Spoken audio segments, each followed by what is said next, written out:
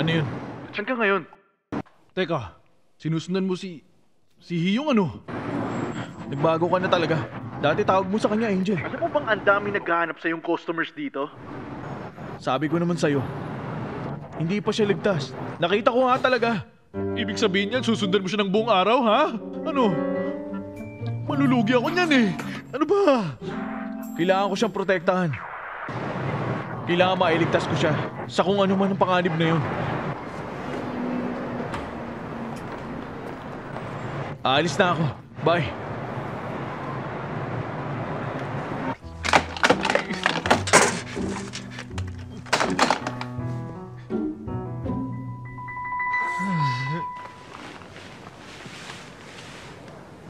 Nagustuhan mo ba?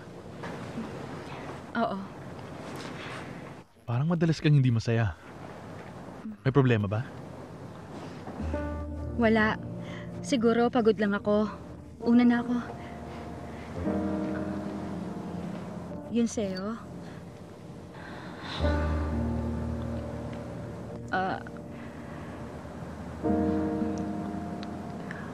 Anong kailangan kong gawin?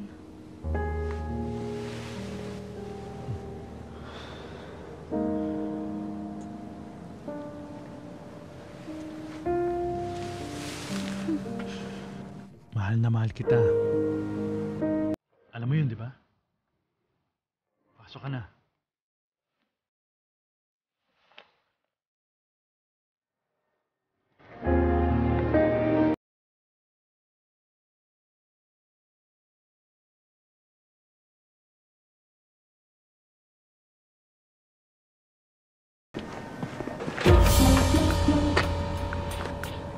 Siya yun.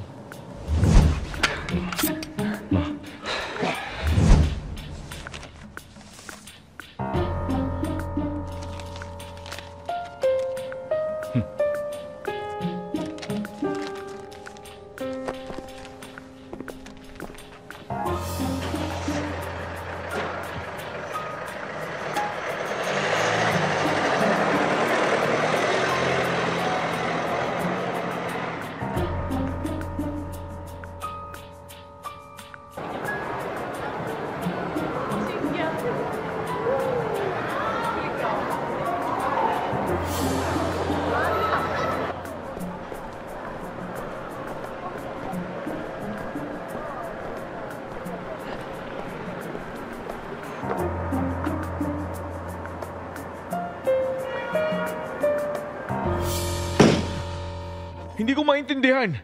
Bakit siya nandoon? Dapat nasa kulungan siya ngayon. Ano ba? Oo, detective. Oo. Sige. Okay po. Busy ka siguro sa paghuli sa mga kriminal. Sige. Tatawagan na lang po kita. Salamat.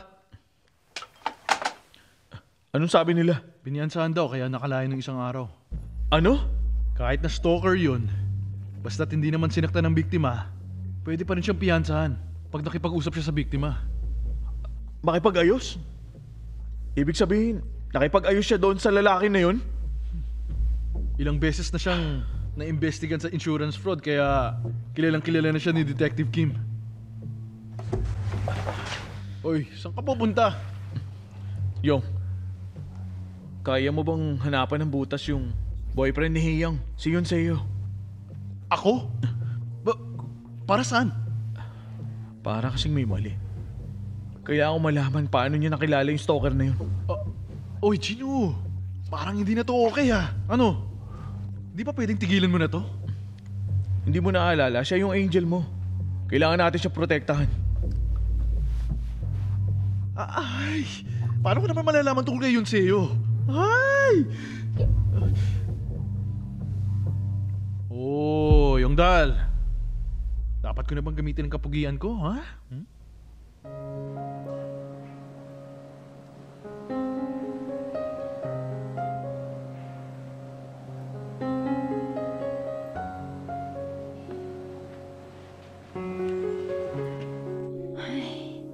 Bakit nakatulala ka na naman? Wala.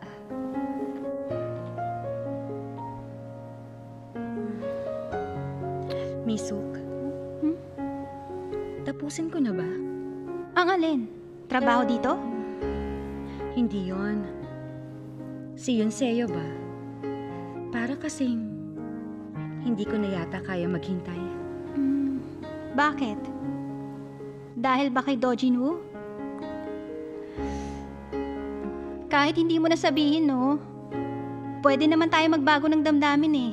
Tsaka ang pag-ibig nagbabago. Ano ka ba? Hindi ka pa naman kasal kay Yunseo.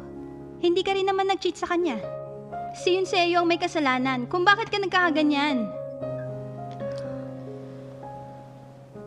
Sige. Pahangin ka muna saglit. Baka umalis pa yung mga customer sa ganyang tayo mo eh. Dali na.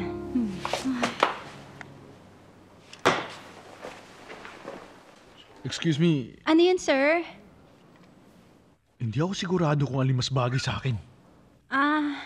Kasi parang pares walang kulay yan. Pero kung pipili ako ng isa, ano mas okay? Kung kailangan... ito na lang po. Salamat, Miss Kwon Misuk? Ha? Paano kaya kita mababayaran sa kabaitan mo? Magkano kaya? Ang totoo niyan, meron akong cafe na malapit lang dito. Kung may oras ka, pwede bang mag-coffee tayo? Yun ba yung cafe na may fake psychic? Ano? Ha? Fake na psychic ba? Hindi naman siya fake Sige, total gusto ko rin namang uminom. Sige. Isama ko yung kaibigan ko? Ay, wag! Tayong dalawa lang. Ikaw lang at ako. Tayong dalawa lang. Tayong dalawa?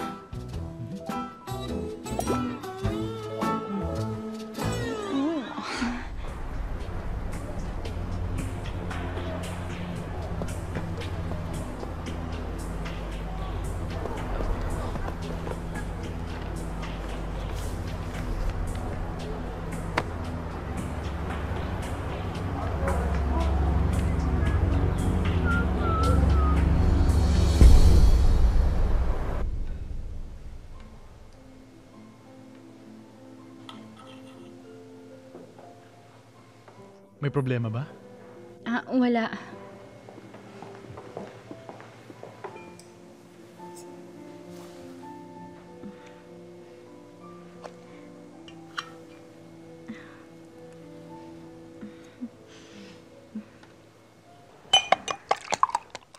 Oo, okay na yan.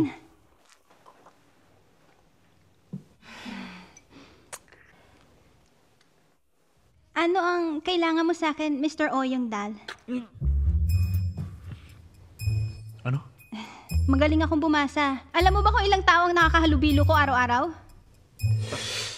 Sige, yung babae na kasama mo dito noon, alam mo ba kung anong trabaho ng boyfriend niya? Anong pinagkakabalan niya? Sino? Si Haeyong? Bakit bigla mo akong tinatanong yan? Siguro may gusto ka kay Haeyong at ginagamit mo lang ako, no? Hindi naku. Bakit naman ako magkakagusto sa kanya? Gusto ko siya pero paghanga lang yun. Nagagandahan lang ako, ganun lang. Parang, ikaw pa nga ang gusto ko eh. Totoo. Hindi ako nagsisinungaling. Maniwala ka, totoo yun. Yung boyfriend ni Yunseo, parang perfect na talaga siya. Paano perfect? Magaling pumorma, gwapo, at maganda talaga ang background niya. Dati siyang broker sa isang malaking stock company. Kaso ngayon, may-ari na siya ng isang investment consulting boutique. Kung ganun, anong pangalan ng kumpanyang pinagtatrabaho niya dati? Hindi ako sigurado. Pero kasi, ang alam ko, siya rin ang humahawak sa lahat ng pera ni Haeyong. Yung mga katulad namin walang alam sa investment. Pero, alam mo kung saan yung opisina na pinagtatrabaho niya ngayon? Tingin mo. Opisina niya? Sandali lang. Meron ata akong business card niya dito eh. Saglit lang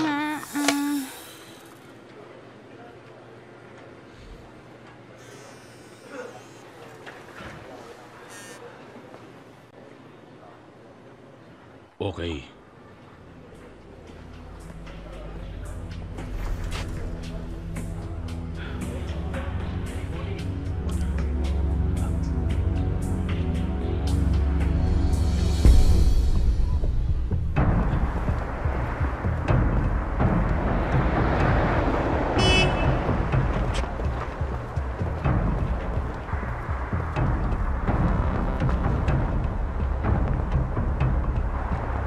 Saan siya pupunta?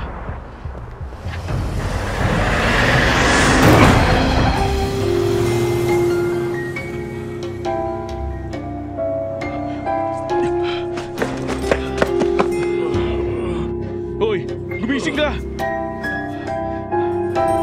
Ano nangyayari?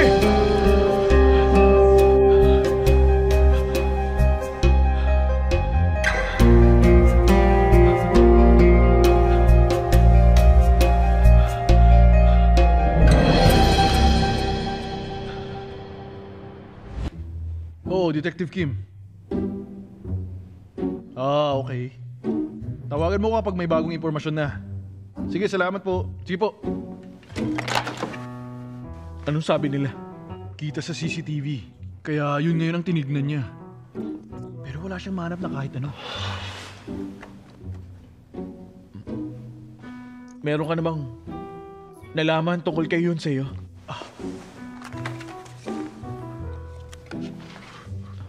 Meron siyang investment consulting boutique sa Gangnam. Pero medyo nakakapaghinala. Ano yun? Sabi ni Misok, dati daw siya nagtatrabaho sa isang stock company. Pero kahit anong tingin ko, walang may alam tungkol dun. Alam mong, marami akong kakilala, hindi ba? Anong ibig mong sabihin? Baka nagpalit siya ng pangalan o nagsisinungaling lang siya.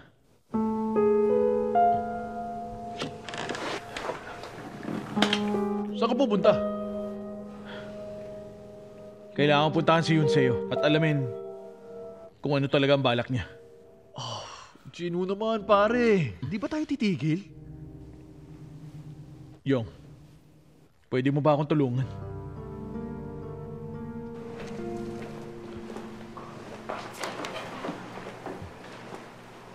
Anong matutulong ko sa'yo? May package po kayo. Hindi kami bumibili ng ganito.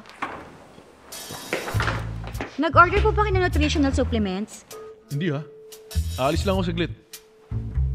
Teka lang po. Pwede po ba kayong pumirma dito para makaalis na ako? Kunin mo na. Dalian mo. Tanggalin mo dapat yung helmet mo pag nakikipag-usap ka. Ikaw na bahala dito ha.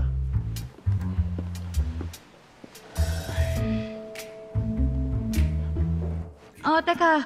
Di ba kailangan niya ng pirma? Hindi na kailangan.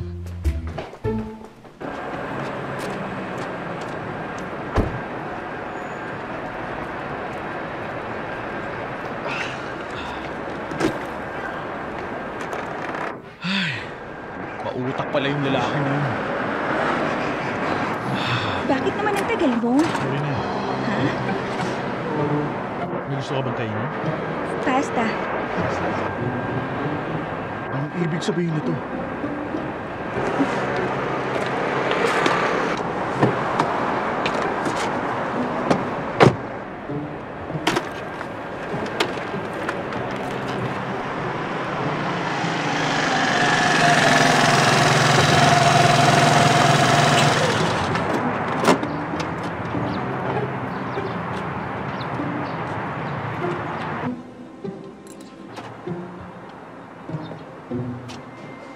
Meron ka sa labi mo.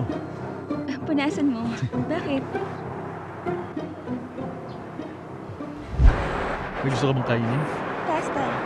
Pasta? May kakaiba dito. Sigurado ako.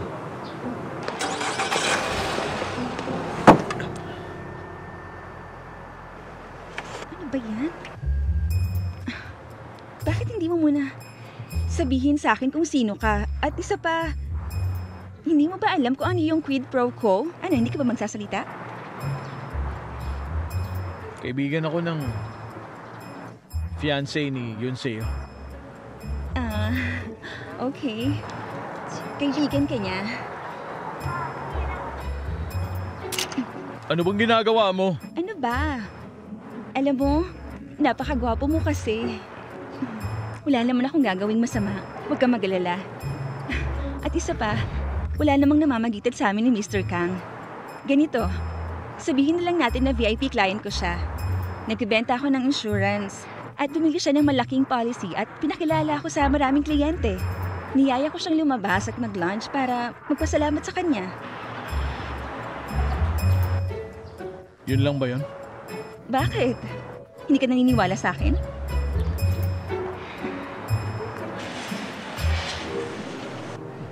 Gusto mo rin bang bumili ng insurance policy sa akin?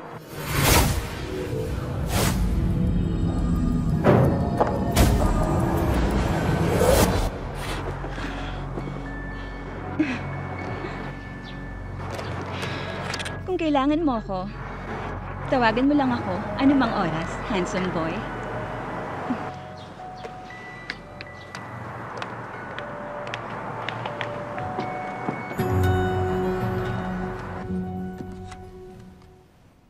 Huang Xinyong? Oo. Isa raw siyang insurance agent. Tignan mo. Yung, hindi ba may mga kakilala ka dyan? Siyempre, ako pa. Sinasabi mo bang may nangyayari sa pagitan nila Yunseo at Xinyong? Hindi pa tayo sigurado doon. Pakisabi sa kanya, salamat dito. Ano to? Di ka pa ba tapos? Kailangan ko siguraduhin na okay si Hiyang. Hindi pa natin napapatunayan kung si Yunseo nga ang nakita ko. Hindi pwedeng sundan ko lang siya. Jinwoo, kahit na! Mamaya na lang ulit. Jinwoo! Mag-ingat ka! Ay, di na muna ako tatanggap ng mga customer ngayon. Ano ba naman kasi to? Dapat pwedeng subukan ng customer ang produkto natin bago nila bilhin. Hi, cutie! At sino ka naman? Kumusta? Okay naman po. Dumaan lang ako para kumustahin kayo. Siya nga pala. Parang hindi ko nakikita si Hiyang dito. May dumaan kanina tapos umalis din dito lang. Puntahan mo sa lounge. Sige. Sige na. Gawin niyo na ng tama, okay? Yes, ma'am. Jinwoo. Kumusta ka na? Speaking of the devil. Jinwoo, ikaw ba? Oo nga. Sino ka ba talaga? Ano? Sabihin mo, bakit mo ba ako sinusundan? Sabi mo, isa kang estudyante sa Hankuk University. Hindi ba weird? Sinubukan kong hanapin, pero walang Dojinwoo na may major ng business administration. Ano ka ba, gigolo? Inakit mo ba si Hiyong para lang lukoyin at gamitin siya? Sabagay, nasa itsura mo naman. Tatanungin din kita. Tungkol doon sa stalker na nahuli mo sa park. Bakit ka nakipagkita sa kanya? Anong kinalaman mo sa kanya? Yun sa'yo. Anong sinasabi niya?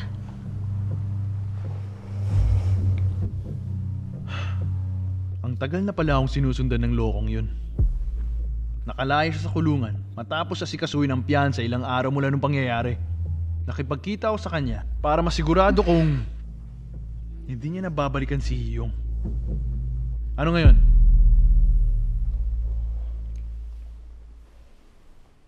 Pasensya ka na, Hiyong. Nakipag-areglo kami sa kanya dahil nangako siyang hindi na raw niya uulitin. Pero hindi ko siya basta-basta pinaniwalaan. Hindi ko na sinabi sa'yo dahil ayoko mag-alala ka pa, Hiyong. Sorry. Kung ganun, anong ginagawa mo doon ng 10:30 ng gabi? Hindi ba tinawag mo pa nga siya? Anong pinagsasabi mo? Kasama ko na si Hiyong sa oras na yun. Jinwoo, hindi ko alam kung anong ginawa mo, pero humingi ka ng paumanhin kay Yunseo. Pasensya na, pero hindi tama yung sinusundan mo siya nang wala siyang kaalam-alam. Wag na. Hindi ko kailangan ng paumanhin mula sa taong kagaya niya. Alam mo, palalampasin ko to dahil magkaibigan kayo ni Hiyong. Pero kung mauulit yung ginawa mo sa akin o kay Hiyong, yun ang hindi ko palalampasin. Naintindihan mo? Alis na tayo.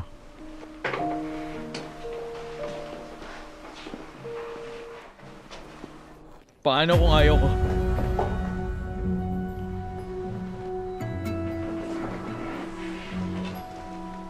Sabi mo nga, marami na akong nagawa kay Hiyang.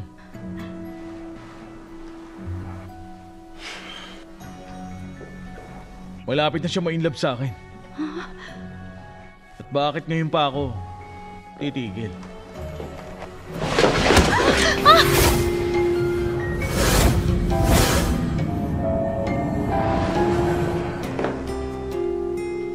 Kung ako sa'yo, mag-ingat-ingat ka.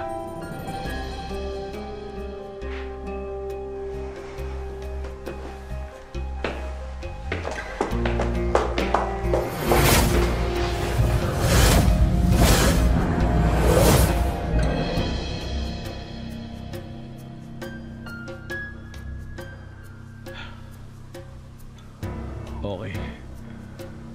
Yun sa'yo. Tapos ka na.